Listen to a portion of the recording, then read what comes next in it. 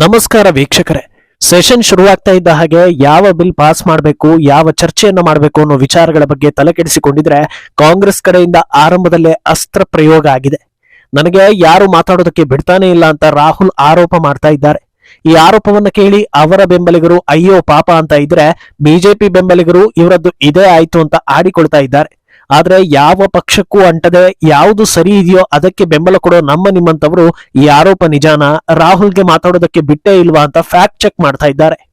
ಇದೇ ವಿಚಾರದ ಕುರಿತಂತೆ ಎನ್ಡಿಎ ಮಿತ್ರ ಚಿರಾಗ್ ಪಾಸ್ವಾನ್ ರಾಹುಲ್ಗೆ ಮುಖಭಂಗವನ್ನ ತರಿಸ್ತಾ ಇದ್ರೆ, ಅವರದೇ ಪಕ್ಷದ ಹಿರಿಯ ನಾಯಕರೊಬ್ಬರು ರಾಹುಲ್ ಮರ್ಯಾದೆ ತೆಗೆದಿದ್ದಾರೆ. ಆದ್ರೆ ಬಿಹಾರದ ಕಾಂಗ್ರೆಸ್ ಬೆಂಬಲಿತ ನಾಯಕ ಪಪ್ಪು ಯಾದವ್ ಯಾರು ಊಹಿಸದ ವಿಚಾರವೊಂದನ್ನ ಬಿಚ್ಚಿಟ್ಟಿದ್ದಾರೆ. ಇದೆಲ್ಲವನ್ನ ಒನ್ ಬೈ ಒನ್ ವಿವರಿಸ್ತಾ ಹೋಗ್ತೀವಿ. ಈ ವಿಡಿಯೋವನ್ನ ತಪ್ಪದೆ ಕೊನೆ ತನಕ ನೋಡಿ. ಅದಕ್ಕೂ ಮುನ್ನ ಮೀಡಿಯಾ ಮಾನ್ಸ್ಟರ್ ಚಾನೆಲ್ ಅನ್ನ ತಪ್ಪದೆ ಸಬ್ಸ್ಕ್ರೈಬ್ ಮಾಡಿ. ಎಸ್, ಎಲೆಕ್ಷನ್ ನಲ್ಲಿ ಯಾರು ವಿನ್ ಆಗ್ಲಿ ಬಿಡ್ಲಿ, ಮೋದಿ ಸರ್ಕಾರ ಏನು ಕೊಡ್ಲಿ ಬಿಡ್ಲಿ, ಹಂತ ಹಂತವಾಗಿ ಪಾಪ್ಯುಲಾರಿಟಿ ಕುಗ್ಗಿ ಹೋಗ್ಲಿ ಅಥವಾ ಬಿಡ್ಲಿ, ಆದ್ರೆ ಎಂತ ಸಂದರ್ಭದಲ್ಲೂ ಕೇಂದ್ರ ಸರ್ಕಾರದ ವಿರುದ್ಧ ಮಾಡೋದಕ್ಕೆ ಕಾಂಗ್ರೆಸ್ ಬಳಿ ಆರೋಪ ಇದ್ದೇ ಇರುತ್ತೆ.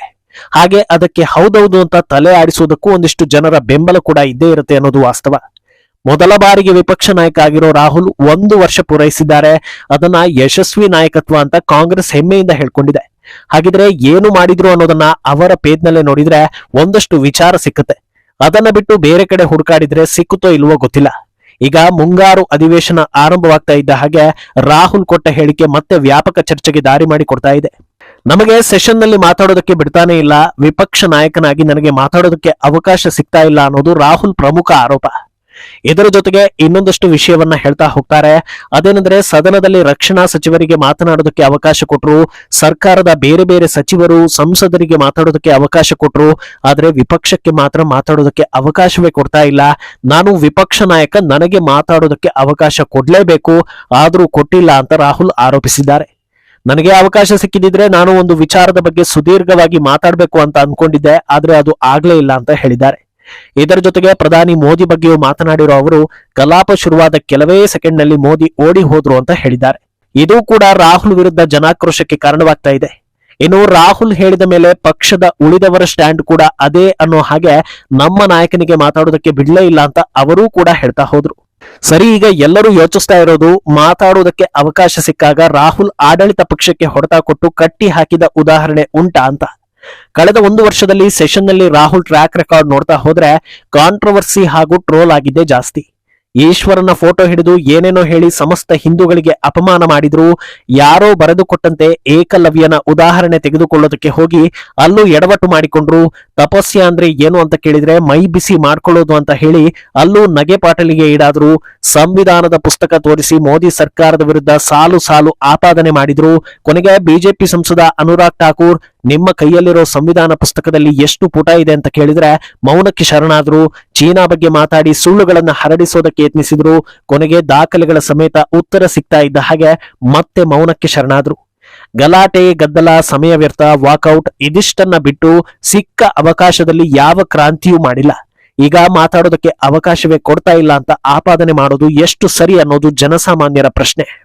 ಅಂದಾಗೆ ಇಲ್ಲಿ ಗಮನಿಸಬೇಕಾದ ಇನ್ನೊಂದು ಅಂಶ ಏನಂದ್ರೆ, ಅತ್ಯಂತ ಪ್ರಮುಖ ವಿಚಾರಗಳು, ಕಾಯ್ದೆಗಳ ಕುರಿತಂತೆ ಚರ್ಚೆ ಆಗೋ ಟೈಮ್ನಲ್ಲಿ ರಾಹುಲ್ ಸೆಷನ್ ನಲ್ಲಿ ಇರಲೇ ಇಲ್ಲ ಅನ್ನೋದು. ಅವತ್ತು ವಕ್ಫ್ ತಿದ್ದುಪಡಿ ಬಿಲ್ ಜಾರಿ ಆಗುತ್ತೆ ಅಂದಾಗ ದೇಶದಾದ್ಯಂತ ಓಲೈಕೆ ಸಮುದಾಯವನ್ನ ಎತ್ತಿಕಟ್ಟೋ ಕೆಲಸ ಆಯ್ತು. ಹಾಗೆ ಮಾಡ್ತೀವಿ, ಹೀಗೆ ಮಾಡ್ತೀವಿ ಅಂತ ಬೊಬ್ಬೆ ಹೊಡೆದಿದ್ದಾಯ್ತು. ಈ ಬಿಲ್ ಪಾಸ್ ಆಗಲ್ಲ, ಬಹುಮತ ಇಲ್ಲ, ನಾವೇ ವಿನ್ ಅಂತ ಹೇಳಿಕೊಂಡೂ ಬಂದಿದ್ದಾಯ್ತು.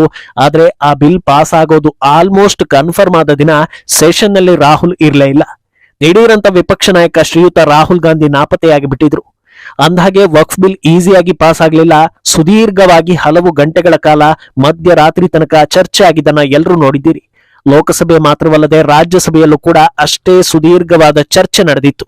ಇಷ್ಟೂ ಹೊತ್ತಲ್ಲಿ ರಾಹುಲ್ಗೆ ಒಂದು ಕ್ಷಣ ಸೆಷನ್ ಕಡೆ ಬರೋದಕ್ಕೆ ಸಮಯ ಇರಲಿಲ್ಲ.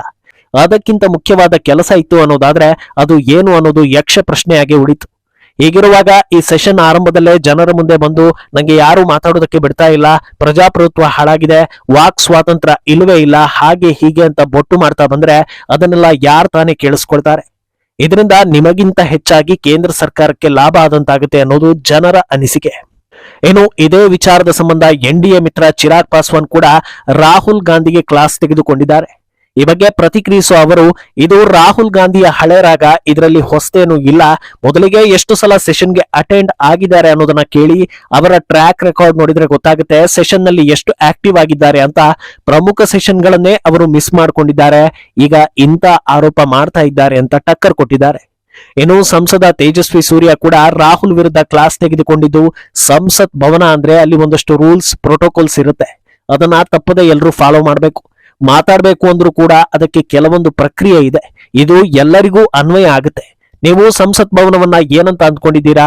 ನಿಮ್ಮಪ್ಪನ ಆಸ್ತಿ ಅನ್ನೋ ಹಾಗೆ ಯಾವಾಗ ಬೇಕಾದ್ರೂ ಬರ್ಬೋದು, ಯಾವಾಗ ಬೇಕಾದ್ರೂ ಹೋಗ್ಬೋದು, ಮನಸ್ಸಿಗೆ ಬಂದಾಗ ಏನ್ ಬೇಕಾದ್ರೂ ಎಷ್ಟು ಬೇಕಾದ್ರೂ ಮಾತಾಡ್ಬೋದು ಅಂತ ಅಂದ್ಕೊಂಡಿದ್ರೆ ಅದು ಸಾಧ್ಯವಿಲ್ಲ. ರೂಲ್ಸ್ ಫಾಲೋ ಮಾಡಲೇಬೇಕು ಅಂತ ಕಿಡಿಕಾರಿದ್ದಾರೆ. ಇನ್ನು ಇದೇ ಹೊತ್ತಲ್ಲಿ ಕಾಂಗ್ರೆಸ್ನ ಹಿರಿಯ ನಾಯಕ ಹಾಗೂ ಕಾಂಗ್ರೆಸ್ನಿಂದ ದೂರ ಆಗಿರೋ ಆಚಾರ್ಯ ಪ್ರಮೋದ್ ಕೃಷ್ಣಂ ಸ್ಫೋಟಕ ವಿಚಾರಗಳನ್ನ ಬಿಚ್ಚಿಟ್ಟಿದ್ದಾರೆ. ರಾಹುಲ್ ಗಾಂಧಿಯನ್ನ ಅಬ್ನಾರ್ಮಲ್ ವ್ಯಕ್ತಿ ಅಂತ ನೇರವಾಗಿ ಹೇಳಿರೋ ಅವರು, ಭಾರತೀಯ ಸಂಸ್ಕೃತಿ ಬಗ್ಗೆ ಕಿಂಚಿತ್ತೂ ಗೌರವ ಅವರಿಗೆ ಇಲ್ಲ. ನಾನು ಬಹಳ ಹತ್ತಿರದಿಂದ ನೋಡಿರೋದ್ರಿಂದ ಹೇಳ್ತೀನಿ, ಕಾಂಗ್ರೆಸ್ ಒಂದು Islamic party.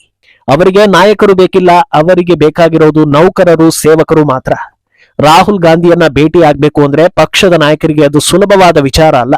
Phone call, email ಯಾವುದಕ್ಕೂ ಅವರ ಅಪಾಯಿಂಟ್ಮೆಂಟ್ ಸಿಗೋದಿಲ್ಲ. ಆದ್ರೆ ಯಾರೆಲ್ಲ ಅವರ ಪರ್ಸನಲ್ ಕೆಲಸ ಹಾಗೂ ಅವರ ಮನೆಯ ನೌಕರಿಯನ್ನ ಮಾಡ್ತಾರೋ ಅವರೆಲ್ಲ ಯಾವಾಗ ಬೇಕಾದ್ರೂ ಅವರನ್ನ ಭೇಟಿ ಆಗ್ಬೋದು ಅಂತ ನೇರವಾಗಿ ಹೇಳಿದ್ದಾರೆ. ಇದೆಲ್ಲವೂ ಒಂದು ಕಡೆ ಆದ್ರೆ, ಇನ್ನೊಂದು ಕಡೆ ಬಿಹಾರದ ಪ್ರತ್ಯೇಕ ನಾಯಕ ಹಾಗೂ ಕಾಂಗ್ರೆಸ್ನ ಆಪ್ತ ಪಪ್ಪು ಯಾದವ್ ಯಾರಿಗೂ ತಿಳಿದಿರದ ಸ್ಫೋಟಕ ವಿಚಾರವೊಂದನ್ನ ಬಿಚ್ಚಿಟ್ಟಿದ್ದಾರೆ. ರಾಹುಲ್ ಗಾಂಧಿ 2004ರಲ್ಲೇ ಪ್ರಧಾನಿ ಆಗ್ಬೇಕಿತ್ತು, ಆದ್ರೆ ಖುದ್ದು ಅವರೇ ಇದನ್ನ ರಿಜೆಕ್ಟ್ ಮಾಡಿ ಮನಮೋಹನ್ ಸಿಂಗ್ರನ್ನ ಪ್ರಧಾನಿ ಸ್ಥಾನದಲ್ಲಿ ಕೂರಿಸಿದ್ರು ಅಂತ ಹೇಳಿದ್ದಾರೆ. ಸಂದರ್ಶನವೊಂದರಲ್ಲಿ ಮಾತನಾಡಿರೋ ಪಪ್ಪು ಈ ವಿಚಾರವನ್ನ ಬಿಚ್ಚಿಟ್ಟಿದ್ದಾರೆ. ಆ ಲೆಕ್ಕದಲ್ಲಿ ಪ್ರಧಾನಿ ಮೋದಿಗಿಂತ ಮೊದಲೇ ರಾಹುಲ್ ಪಿಎಂ ಆಗ್ತಾ ಇದ್ರು ಅನ್ನೋ ಚರ್ಚೆ ಶುರುವಾಗಿದೆ. ಹಾಗೆ ಮುಂದುವರೆದು ಮಾತನಾಡಿರೋ ಪಪ್ಪು, ರಾಹುಲ್ ಹಾರ್ವರ್ಡ್ ಯೂನಿವರ್ಸಿಟಿಯಲ್ಲಿ ಕಲಿತು ಬಂದಿರೋ ಒಬ್ಬ ವಿದ್ಯಾವಂತ, ಪಿಎಂ ಕುರ್ಚಿಯನ್ನು ಬದಿಗೊತ್ತಿ ಸಾಮಾಜಿಕ ನ್ಯಾಯಕ್ಕಾಗಿ 10,000 ಕಿಲೋಮೀಟರ್ ನಡೆದಿರೋ ಮಹಾನ್ ನಾಯಕ ಅಂತೆಲ್ಲ ಹೊಗಳಿದ್ದಾರೆ. ಸಾಲದಕ್ಕೆ ಪ್ರಧಾನಿ ಮೋದಿ ಆಡಳಿತ ಚೆನ್ನಾಗಿಲ್ಲ, ದೇಶವನ್ನ ಮುನ್ನಡೆಸೋದಕ್ಕೆ ಮೋದಿ ಯೋಗ್ಯವಲ್ಲ ಅಂತೆಲ್ಲ ಹೇಳಿದ್ದಾರೆ. ಇದಕ್ಕೆ ಜನರು ನಾನಾ ರೀತಿಯಲ್ಲಿ ಪ್ರತಿಕ್ರಿಯಿಸ್ತಾ ಇದ್ದು, ಪಪ್ಪು ಅನ್ನೋ ವ್ಯಕ್ತಿ ರಾಹುಲ್ ಅನ್ನ ಹೊಗಳೋದ್ರಲ್ಲಿ ಆಶ್ಚರ್ಯ ಪಡುವಂತದ್ದು ಏನೂ ಇಲ್ಲ ಅಂತಿದ್ದಾರೆ. ಇನ್ನು ಕೆಲವರು ಅದೆಲ್ಲಿಯ ಮೋದಿ, ಅದೆಲ್ಲಿಯ ಪಪ್ಪು, ಯಾರ ಬಗ್ಗೆ ಯಾರು ಮಾತಾಡ್ತಾ ಇರೋದು ಅಂತ ಪ್ರಶ್ನೆ ಮಾಡ್ತಿದ್ದಾರೆ. ಇನ್ನು ಕೆಲವರು ರಾಹುಲ್ ಮೊದಲೇ ಪಿಎಂ ಆಗ್ಬೇಕಿತ್ತು, ಆಗಿಲ್ಲ ಅನ್ನೋದನ್ನ ಕೇಳಿ ನಿಟ್ಟುಸಿರು ಬಿಡ್ತಾ ಇದ್ದಾರೆ. ಒಟ್ನಲ್ಲಿ ರಾಹುಲ್ ಆರೋಪಗಳು ಮುಗಿಯೋದಿಲ್ಲ. ರಾಹುಲ್ ಇರೋ ತನಕ ಬಿಜೆಪಿ ಗೆಲುವು ಕೂಡ ತಡೆಯೋರಿಲ್ಲ. ಮುಂದೇನಾಗುತ್ತೆ ಅನ್ನೋದನ್ನ ಕಾದು ನೋಡ್ಬೇಕು. ಈ ಬಗ್ಗೆ ನಿಮ್ಮ ಅಭಿಪ್ರಾಯವನ್ನ ತಪ್ಪದೆ ಕಮೆಂಟ್ ಮೂಲಕ ತಿಳಿಸಿ.